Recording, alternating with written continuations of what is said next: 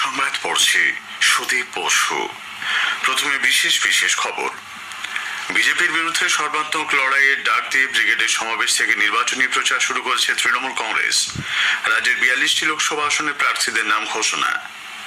তৃণমূল কংগ্রেস বহিরাগতদের নিয়ে প্রার্থী তালিকা তৈরি করেছে বলে অভিযোগ বিরোধীদের। নেজাটের সভায় শাসক দলকে হুঁশিয়ারি দিয়ে বিজেপি বলেছে, তৃণমূলের সব অত্যাচারী দুর্নীতিগ্রস্ত নেতা জেলে না ঢোকা পর্যন্ত তাদের লড়াই চলবে। উত্তরবঙ্গের উন্নয়নে প্রধানমন্ত্রীর প্রতিশ্রুতির মধ্যে আরও একটি বন্দে ভারত এক্সপ্রেস পাচ্ছে রাজ্য। আইএসএল ফুটবলে মোহনবাগান সুপার জায়ান্ট 3-1 গোলে ইস্টবেঙ্গলকে হারিয়ে দিয়েছে। আসছি বিস্তারিত খবরে। বিজেপির বিরুদ্ধে সর্বাত্মক লড়াই এবং রাজ্যের 42টি লোকসভা আসনের প্রার্থীদের নাম ঘোষণা করে ব্রিগেডের জনগর্জন সভা থেকে নির্বাচনী প্রচার শুরু করে দিয়েছে তৃণমূল কংগ্রেস। দলের সর্বোচ্চ নেত্রী মুখ্যমন্ত্রী মমতা ব্যানার্জি বিজেপিকে বাংলা বিরোধী এবং গরিব বিরোধী আখ্যা দিয়ে রাজ্য থেকে তাদের উৎখাত করার ডাক দেন। অভিজিৎ গাঙ্গুলির নাম না করে হাইকোর্টের বিচারপতি পদে ইস্তফা দিয়ে তার বিজেপিতে যাওয়ারও কড়া সমালোচনা করেছেন মুখ্যমন্ত্রী। आप लोगों को पास जनता जाते हैं विचार के लिए, मेहरबानी करके आप बीजेपी का कुर्सी में मत बैठ के आप विचार मत कीजिए। हम जुडिशियरी को रेस्पेक्ट करते हैं। আমি ইন্ডিভিজুয়াল কাউকে বলছি না, কিন্তু ওদের মুখস্থ দেখছেন কেউটা সাপের দিকেও ভয়ঙ্কর। মনে রাখবেন, তৃণমূল ভার্সেস বিজেপি, এখানে কংগ্রেস সিপিএম ওদের সাথে লড়াই চলবে। তৃণমূল কংগ্রেস এখানে বাংলায় একা লড়বে। আর দেশ কোন পথে চলবে তৃণমূল কংগ্রেস ঠিক করবে, বাংলায় রাস্তা দেখাবে। ভাষণ শুরু করার আগে র্যাম্পে হেঁটে উপস্থিত কর্মী সমর্থকদের উদ্দেশ্যে হাত নাড়েন মমতা। 42 জন প্রার্থীও র্যাম্পে নেমে আসেন। এর আগে তৃণমূল কংগ্রেসের সর্বভারতীয় সাধারণ সম্পাদক অভিষেক ব্যানার্জি বলেন, জনগর্জন সভায় মানুষের উপস্থিতি বুঝিয়ে দিচ্ছে বাংলায় বিজেপির কোনো ভবিষ্যৎ নেই। দেবে না, ভোট দেবে মানুষ। বিজেপির বাবুরা জেনে রাখো, আগামী দিন মানুষের আদালতে হতে হবে বন্দী। মানুষ কড়ায় গন্ডায় জবাব দেবে। বহিরাগতদের নিয়ে তৃণমূল কংগ্রেস প্রার্থী তালিকা তৈরি করেছে বলে বিজেপি দাবি করেছে। দলের রাজ্য সভাপতি সুকান্ত মজুমদার বলেছেন, তৃণমূল কংগ্রেস মুখে বাংলার কথা বললেও তালিকায় অধিকাংশ প্রার্থী ভিন রাজ্যের বাসিন্দা। মমতা বন্দ্যোপাধ্যায় মোদিজি এলে পরে তাকে বলেন তিনি নাকি বহিরাগত। ইউসুফ পাঠান তো গুজরাটের বাসিন্দা, তাহলে মোদিজিরও বাড়ি গুজরাট, এখন তিনি ভারতবর্ষের প্রধানমন্ত্রী। ভাইপো বলছে, পিসি বলছে মোদি বহিরাগত, তাহলে ইউসুফ পাঠান বহিরাগত নয় কেন? কীর্তি আজাদ তো দিল্লির লোক, বাঙালি পেল না নাকি? তিনি বলেন, এই দল কর্পোরেট সংস্থায় পরিণত হয়েছে, তাই র্যাম্পে হেঁটে ফ্যাশন শো করছে। মামাটি মানুষের সঙ্গে দলের কোনো সম্পর্ক নেই বলে মন্তব্য করেছেন তিনি। সিপিআইএম কেন্দ্রীয় কমিটির সদস্য সুজন চক্রবর্তী বলেছেন, প্রধানমন্ত্রী নরেন্দ্র মোদীর সঙ্গে কথা বলে এই তালিকা তৈরি করেছে তৃণমূল কংগ্রেস। মমতা ব্যানার্জি আজকে প্রার্থী তালিকা ঘোষণা করেছে মোদীজির সঙ্গে কনসাল্ট করে। তৃণমূলের প্রার্থী তালিকায় কজন বেশি বিজেপি থাকবে, কজন কম বিজেপি থাকবে, লড়াই তো সেইটা নেই। ফলে তৃণমূলের সঙ্গে অন্য কারণ মিল হওয়ার খুব কারণ নেই, সুযোগ নেই। বিজেপি আর তৃণমূলের দুইয়ের বিরুদ্ধে আমাদের লড়াই, আমরা সবাইকে ঐক্যবদ্ধ করে লড়তে চাই। বহরমপুর আসনে ক্রিকেটার ইউসুফ পাঠানকে প্রার্থী করেছে তৃণমূল কংগ্রেস, আর সেই জন্যই তাকে সম্মানিত করতে চাইছে কিনা সেই প্রশ্ন তুলেছেন প্রদেশ কংগ্রেস সভাপতি অধীর রঞ্জন চৌধুরী। আপনি আমার বিরুদ্ধে দাঁড় করিয়ে কি ইউসুফ পাঠানকে সম্মানিত করতে চাইছেন? ইউসুফ পাঠানকে যদি আপনি সম্মানিত করতে চাইতেন, তাহলে কয়েকদিন আগে পশ্চিমবঙ্গে রাজ্যসভার এমপি নির্বাচিত হলো। সেই সময় কেন ইউসুফ পাঠানকে নিয়ে এই বাংলার পক্ষ থেকে একটা এমপি রাজ্যসভায় পাঠালেন না? দেখুন, ইন্ডিয়া জোটের যে আলোচনা, সেখানে ইউসুফ পাঠানের জন্য গুজরাটের সিট চাইতে পারত, সেটাকে আরো মানানসই হতো না। ব্যারাকপুর আসন থেকে প্রার্থী তালিকায় জায়গা না পেয়ে তীব্র ক্ষোভ প্রকাশ করেছেন অর্জুন সিং। দল তার সঙ্গে বিশ্বাসঘাতকতা করেছে বলেও তিনি অভিযোগ করেছেন। 1.5 বছর ধরে দলের দায়িত্ব কোনো ছিলাম না, শুধু এমপি ছিলাম। আর তারপরে এমপি আমাকে বলা হয়েছিল ব্যারাকপুরে টিকিট দেওয়া হবে, এবার দেওয়া হয়নি। শেষ মুহূর্তে বলে দেওয়া হলো না, টিকিট দেওয়া হবে। তো এটা একটা মনে হচ্ছে ব্রিচ অফ ট্রাস্ট হয়েছে। লোকসভা নির্বাচনে দলের সাংগঠনিক তৎপরতা জোরদার করার লক্ষ্যে কংগ্রেস রাজ্যের 42টি লোকসভা কেন্দ্রের জন্য কোঅর্ডিনেটর মনোনীত করেছে।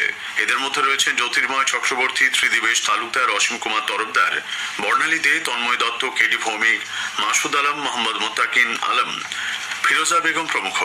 এছাড়া লোকসভা নির্বাচনকে সামনে রেখে সাংগঠনিক তৎপরতা বাড়াতে জেলাভিত্তিক কোঅর্ডিনেটরও মনোনীত করেছে কংগ্রেস। তৃণমূল কংগ্রেসের প্রার্থী তালিকা ঘোষণার মধ্যেই পশ্চিম বর্ধমানের কুলটি বিধানসভা এলাকার 173 জন বাম নেতাকর্মী বিজেপিতে যোগ দিয়েছেন। এদের মধ্যে বাম যুব সংগঠন ডিওয়াইএফআই এর অঞ্চল সম্পাদকও রয়েছেন। তাদের হাতে দলীয় পতাকা তুলে দেন বিজেপির জেলা সভাপতি বাপ্পাদিত্য চট্টোপাধ্যায় ও কুলটির বিধায়ক ডক্টর অজয় পোদ্দার। আদিবাসী কর্মী সমাজ আসন্ন লোকসভা নির্বাচনে প্রার্থী দেওয়ার সিদ্ধান্ত নিয়েছে। গতকাল পুরুলিয়ার ছড়রাই সংগঠনের মহাসমাবেশে আদিবাসী কর্মী সমাজের প্রধান উপদেষ্টা অজিত প্রসাদ মাহাতো একথা জানিয়েছেন। তিনি বলেন, পুরুলিয়া, ঝাড়গ্রাম সহ যে আসনগুলিতে সংগঠন মজবুত সেখানেই প্রার্থী দেওয়া হবে। শুধু শেখ শাহজাহান নয়, তৃণমূল কংগ্রেসের সমস্ত অত্যাচারী দুর্নীতিগ্রস্ত নেতা জেলে না ঢোকা পর্যন্ত বিজেপির লড়াই চলবে বলে বিরোধী দলনেতা শুভেন্দু অধিকারী হুঁশিয়ারি দিয়েছেন। সন্দেশখালী ন্যাজাটের দক্ষিণ আখড়াতলায় গতকাল দলীয় সমাবেশে তিনি বলেন, এত কিছু ঘটে যাওয়ার পরেও মুখ্যমন্ত্রী সন্দেশখালী আসার প্রয়োজন বোধ করেননি। উল্টে বিজেপি নেতা বিকাশ সিংহ সহ 76 জনকে জেলে ঢুকিয়েছেন। তিনি 2 মাসেরও বেশি সময় হয়ে গেল সন্দেশখালীতে আসার মতো প্রয়োজন অনুভব করেননি। উল্টো দিকে বিকাশ সিং সহ 76 জনকে জেল খাটিয়েছেন। আমাদের বোন দিদি রেখা পাত্র সহ, আমাদের পদ্মাদি সহ, আমাদের জাগ্রত মাতৃমণ্ডলী তাদের উপরে পুলিশকে দিয়ে অত্যাচার করিয়েছেন। সভায় বিজেপি রাজ্য সভাপতি ডক্টর সুকান্ত মজুমদার উপস্থিত জনতাকে অভয় দিয়ে বলেন, সন্দেশখালীর মানুষের পাশে শুধু বিজেপি নয়, স্বয়ং প্রধানমন্ত্রী নরেন্দ্র মোদী রয়েছেন। এদিকে আজ সন্দেশখালীতে সভা করবে সিপিআইএম। সন্দেশখালী কাণ্ডে মূল অভিযুক্ত শেখ শাহজাহানকে বসিরহাট আদালত গতকাল 4 দিনের সিবিআই হেফাজতে পাঠিয়েছে। 10 দিনের পুলিশ হেফাজত শেষে তাকে কঠোর নিরাপত্তার মধ্যে আদালতে হাজির করানো হয়। জনসাধারণকে তাদের লোকসভা কেন্দ্রের বিশদ তথ্য এবং সেই এলাকায় চালু থাকা বিভিন্ন কেন্দ্রীয় সরকারি প্রকল্প ও উন্নয়ন সম্পর্কে অবহিত করতে আকাশবাণী কলকাতার সংবাদ বিভাগ শুরু করেছে বিশেষ অনুষ্ঠান ভারত বিকাশ ডায়েরি। প্রতিদিন রাত 8:50 গীতাঞ্জলি প্রচার তরঙ্গে শুনুন 10 মিনিটের এই অনুষ্ঠান। আমাদের সোশ্যাল মিডিয়াতে অনুষ্ঠানটি সরাসরি শোনা যাচ্ছে। আজকের প্রতিবেদনে থাকছে আসানসোল লোকসভা কেন্দ্র। স্থানীয় সংবাদ শুনছেন আকাশবাণী কলকাতা কেন্দ্র থেকে। উত্তরবঙ্গের উন্নয়নে প্রধানমন্ত্রীর প্রতিশ্রুতির মধ্যে রাজ্য পেতে চলেছে আরও একটি বন্দে ভারত এক্সপ্রেস। নিউ জলপাইগুড়ি ও পাটনার মধ্যে বন্দে ভারত এক্সপ্রেসের যাত্রা শুরু হচ্ছে আগামীকাল। প্রধানমন্ত্রী নরেন্দ্র মোদী আগামীকাল ভার্চুয়াল মাধ্যমে বেশ কয়েকটি বন্দে ভারত এক্সপ্রেসের সঙ্গে এই ট্রেনটিরও যাত্রার সূচনা করবেন। এর পাশাপাশি তিনি মোট 1584টি one station one product stall দেশের প্রতি উৎসর্গ করবেন। এর মধ্যে রাজ্যে 40টি স্টল রয়েছে। এছাড়া উত্তর পূর্ব সীমান্ত রেলের আওতায় পশ্চিমবঙ্গে 3টি পণ্য শেডের উৎসর্গ সহ প্রধানমন্ত্রী আলিপুরদুয়ারে একটি অতিরিক্ত পিট লাইনের ভিত্তিপ্রস্তর স্থাপন করবেন। জলপাইগুড়ি জেলার ধূপগুড়িতে আধার কার্ড বাতিলের নোটিশকে কেন্দ্র করে আতঙ্ক ছড়িয়েছে। ধূপগুড়ি শহরের বেশ কয়েকটি বাড়িতে নোটিশ পৌঁছে যায়। ইতোমধ্যে 3 জনের কার্ড বাতিল হয়েছে বলে খবর। যদিও কি কারণে আধার কার্ড বাতিল করা হলো তা এখনো স্পষ্ট নয়। এর জেরে রেশন তোলা, ব্যাংকিং ছাড়াও বিভিন্ন সরকারি পরিষেবা পেতে সমস্যা হতে পারে বলে আশঙ্কা করছেন সাধারণ মানুষ। কলকাতার বেলেঘাটা চাউলপট্টি রোডে গত সন্ধ্যায় বস্তি সংলগ্ন একটি দোতলা বসত বাড়িতে আগুন লাগে। দমকলের 10টি ইঞ্জিন সেখানে গিয়ে 2.5 ঘন্টার চেষ্টায় আগুন নেভাতে সক্ষম হয়। আগুনের তাপে বাড়িতে রাখা 2টি গ্যাস সিলিন্ডারে বিস্ফোরণ হয়। বাড়িটি ব্যাপকভাবে ক্ষতিগ্রস্ত হলেও হতাহতের কোনো খবর নেই। উত্তরে হওয়ার প্রভাবে কলকাতা সহ রাজ্যের বিস্তীর্ণ অংশে তাপমাত্রা স্বাভাবিকের চেয়ে বেশ কিছুটা নেমেছে। কলকাতায় আজ সকালে দিনের সর্বনিম্ন তাপমাত্রা রেকর্ড করা হয়েছে 18.6 ডিগ্রি সেলসিয়াস, যা স্বাভাবিকের চেয়ে 3 ডিগ্রি কম। গতকাল দিনের সর্বোচ্চ তাপমাত্রাও 1 ডিগ্রি কমে 31.7 ডিগ্রি সেলসিয়াসে দাঁড়ায়। আজও সর্বোচ্চ তাপমাত্রা 31 ডিগ্রির আশেপাশে থাকার সম্ভাবনা। সল্টলেকের যুব ভারতী ক্রীড়াঙ্গনে আইএসএল ফুটবলের ফিরতি লিগের ডার্বি ম্যাচে মোহনবাগান সুপার জায়ান্ট 3-1 গোল ইস্টবেঙ্গলকে হারিয়ে দিয়েছে। বিরতিতে মোহনবাগান 3-0 গোলে এগিয়েছিল।